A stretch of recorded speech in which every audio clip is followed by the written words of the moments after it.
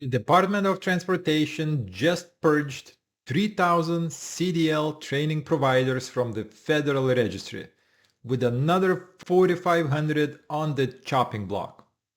Transportation Secretary Sean Duffy is talking about cracking down on illegal trucking and unqualified drivers flooding America's roadways. Bold words, aggressive action. But here's what they're not telling you. This entire mess is a problem the federal government created, enabled, and ignored for years while pretending to care about safety. Let's talk about what's really happening, because when you dig into this registry purge, you find something fascinating. Silver Creek Transportation, a Kentucky carrier run by Jason Cowan, shows up on the proposed removal list. This guy was literally named Small Fleet Champ by Overdrive in 2021. Not some sketchy operation.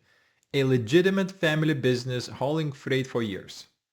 So, how many unqualified drivers has Silver Creek flooded onto America's highways? Zero. They registered thinking maybe they'd train some drivers someday, never actually did any training, and now they're lumped in with actual criminal enterprises. This tells you everything about how this cleanup is happening. The agency is mixing legitimate businesses who could not justify the paperwork with genuine fraud operations that have been running criminal schemes for years. It's convenient political theater. 3,000 providers removed sounds impressive until you realize how many are just attrition, not actual bad actors. Now let's be clear. There are absolutely criminal operations that deserve to be shut down and prosecuted. The problem isn't that FMCSA is finally acting. The problem is they built a system designed to fail from day one, ignored it for years while fraud exploded, and now they're pretending this purge fixes everything. Here's what they won't admit. The training provider registry launched in February 2022 as part of entry-level driver training requirements that were supposed to clean up the industry. Except the federal government gutted the actual enforcement mechanisms before the rule went live. Instead of requiring state licensure and federal verification, they created a self-certification system.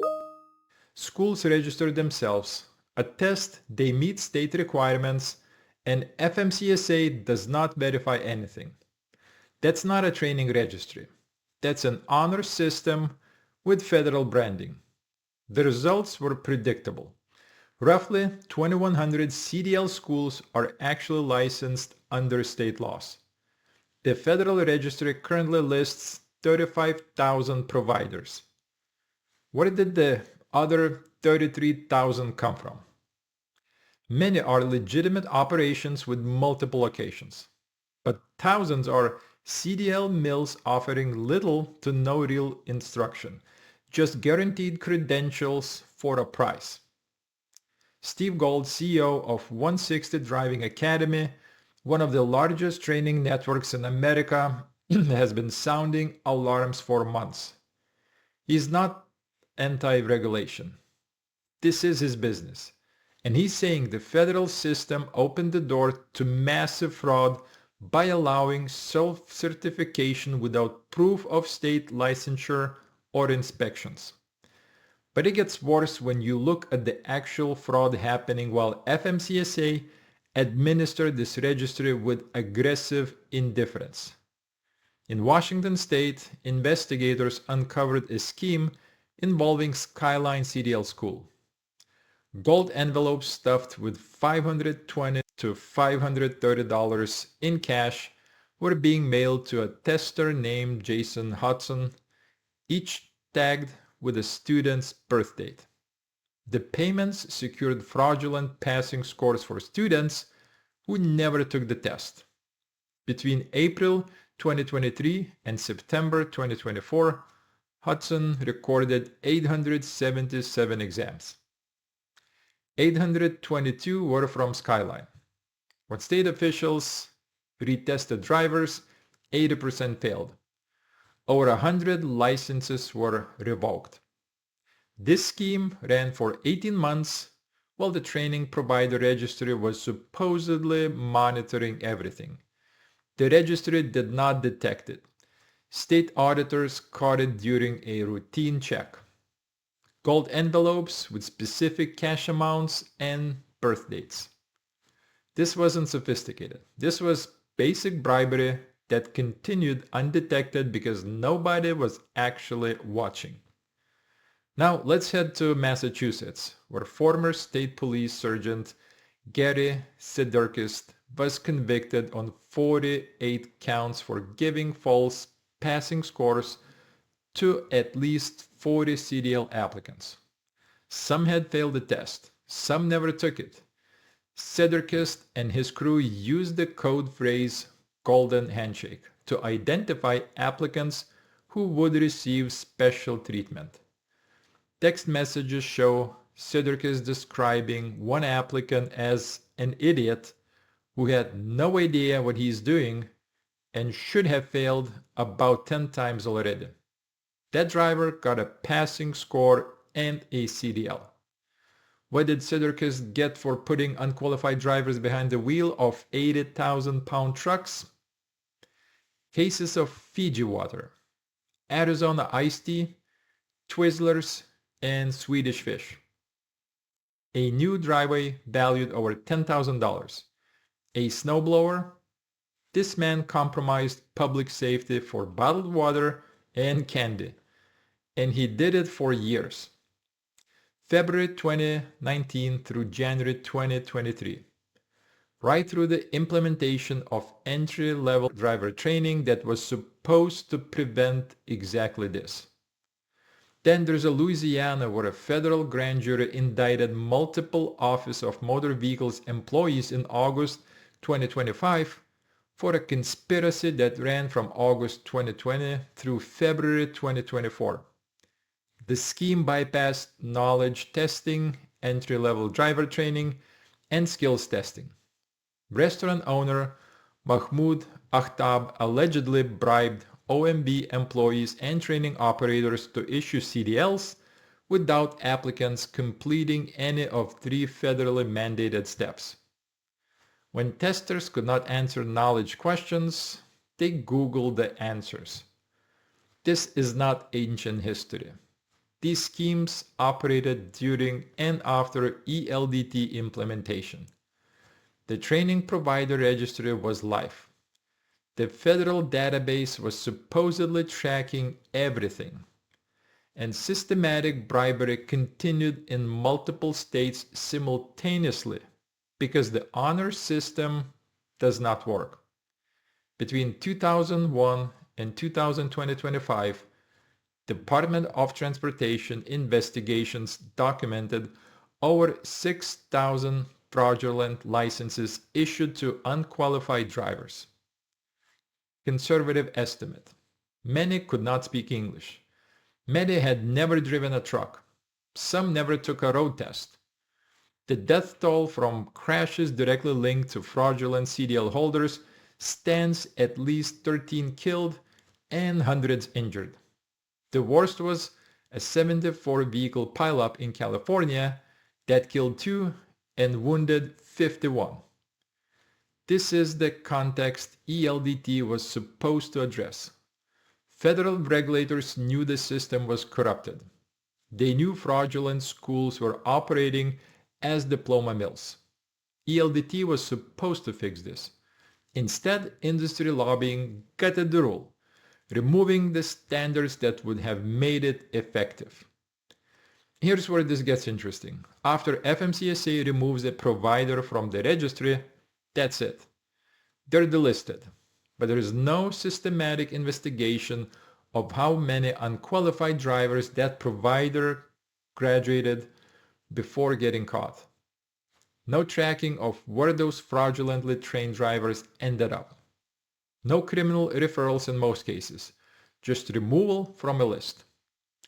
Think about the implications. If a CDL mill operated for 3 years before getting caught, everyone they trained during that period presumably still has credentials unless they happen to get retested. The system has no mechanism to retroactively audit fraudulent providers. You've got potentially thousands of drivers on highways right now who received credentials from operations that have since been exposed as criminal enterprises, and there is no coordinated effort to find them. Here's the part that should infuriate you most.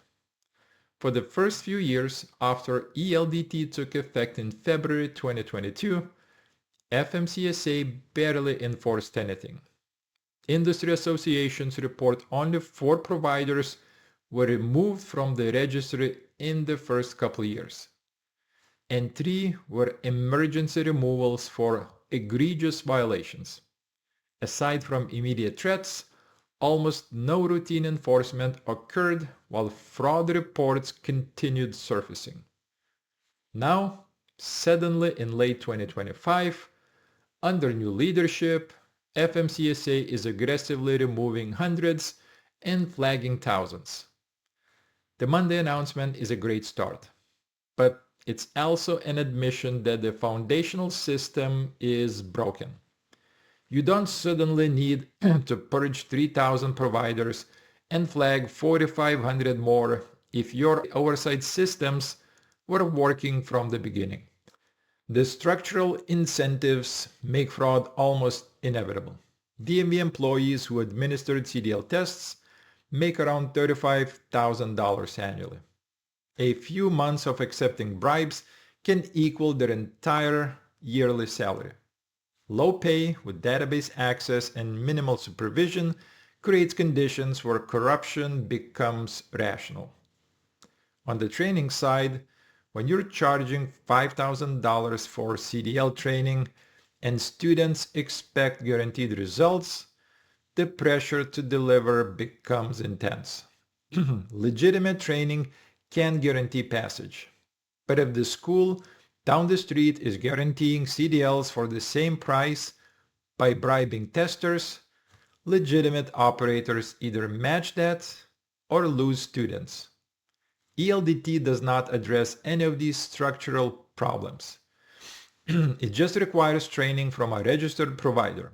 But if registration relies on self-certification with no federal validation, fraud just moved from testing facilities to training schools. Same problem, different location. Same lack of verification. So what's the solution? Steve Gold argues FMCSA could resolve much of this by reinstating the original rule requiring proof of state licensure before a school can appear in the registry. You've got 35,000 training providers but only 2,100 state licensed schools. That discrepancy tells you everything. Requiring state licensure means providers would need to meet state standards, undergo inspections, maintain qualified instructors, and face regulatory oversight before appearing in the federal system. It adds a verification layer that self-certification bypasses. It's not complicated. It's basic regulatory competence that should have been included from day one. Federal authorities also need to close the third-party examiner loophole that keeps appearing in fraud cases. Too many schemes involve independent testers who operate with minimal oversight, accept bribes, and compromise the skills testing process. If someone has authority to issue CDL credentials, they need law enforcement standards for oversight and accountability. The registry needs real-time auditing capabilities. When 80% of a school students fail upon retesting, that's not a surprise that should emerge during an investigation. That's a pattern that should trigger automatic review. And perhaps, most importantly, there needs to be retroactive accountability when fraudulent providers are exposed. If a CDL mill operated for 3 years before getting caught, everyone they credentialed should be subject to mandatory retesting. Not maybe. not if they happen to get pulled over. Mandatory verification. This should be automatic when a provider is removed for fraud. But here's the reality. None of these reforms are politically complicated. They don't require, excuse me, they don't require new technology or massive budget increases. They require political will to prioritize actual safety over administrative convenience and industry lobbying. The fact that ELDT launched with self-certification instead of verification tells you which interests were prioritized. Now, the Trump administration is positioning this registry purge as correcting Biden-era failures. That's partially true in that enforcement was practically non-existent for years. But let's be honest about the timeline. The fraud did not start in 2021. It's been documented and prosecuted repeatedly for 25 years across multiple administrations. Operation Safe Road in Illinois, schemes in Pennsylvania, Massachusetts, Washington, Louisiana. These aren't isolated incidents. This is systematic structural corruption that persists because the regulatory framework enables it. Every administration talks tough on CDL fraud when scandals break. Every administration announces crackdowns. But the underlying incentive structures remain unchanged. Low-paid testers with database access. Training schools competing against diploma mills. Self-certification replacing verification. Until these structural issues are addressed, fraud will continue regardless of which party controls transportation. And here's what should keep you up at night. While FMCSA focuses on cleaning up the registry, there is no systematic effort to address drivers who already obtained fraudulent credentials before their schools got caught. You've got years of graduates from operations exposed as criminal enterprises, and most are still out there. Some driving school buses, some hauling hazardous materials. The registry cleanup addresses future fraud but does nothing about the legacy of past corruption. Transportation Secretary Duffy says this administration won't tolerate negligence. FMCSA Administrator Derek Barr says if you're unwilling to follow rules, you have no place training America's commercial drivers. Strong rhetoric, but rhetoric without structural reform is just noise. The question isn't whether FMCSA can remove 3,000 providers from a list. The question is whether they'll fix the system that allow those 3,000 providers to register, operate, and potentially graduate thousands of unqualified drivers before anyone verified they were legitimate. Meanwhile, legitimate small carriers like Silver Creek are getting caught in the dragnet not because they committed fraud, but because they could not justify maintaining a registry listing for training they never provided. Jason Cohen just finalized acquisition of another company, bringing his fleet to 73 power units. He's trying to survive in brutal freight markets. The last thing he needs is bureaucratic hassles over a service he never offered. That's the reality of this cleanup. Some removals are absolutely justified and long overdue. Some are criminal operations that should face prosecution. And some are legitimate businesses caught in compliance dragnet because the federal government created an administrative nightmare and then suddenly decided to enforce it years after launch. If you're a professional driver who went through legitimate training and earned your credentials properly, this situation should infuriate you.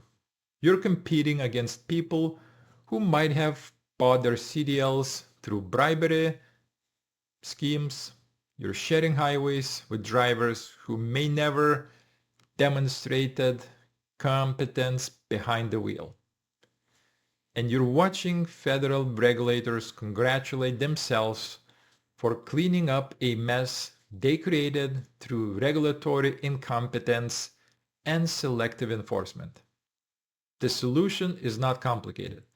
Require state licensure for registry listing. Verify compliance instead of accepting self-certification.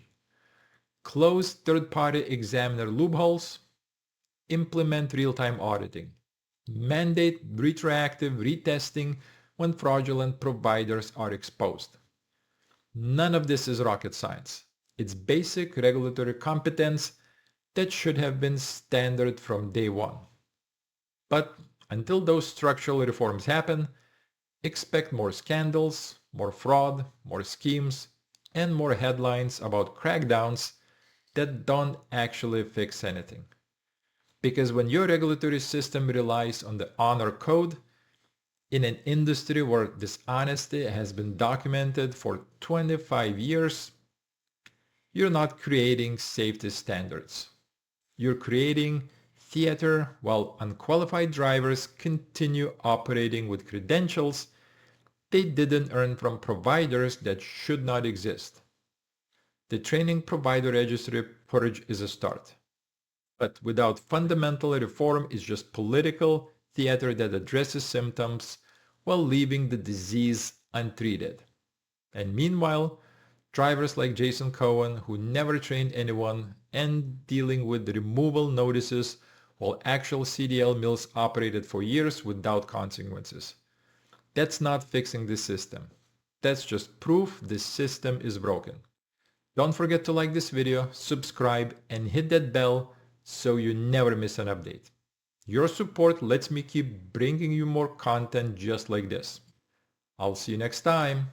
Bye-bye.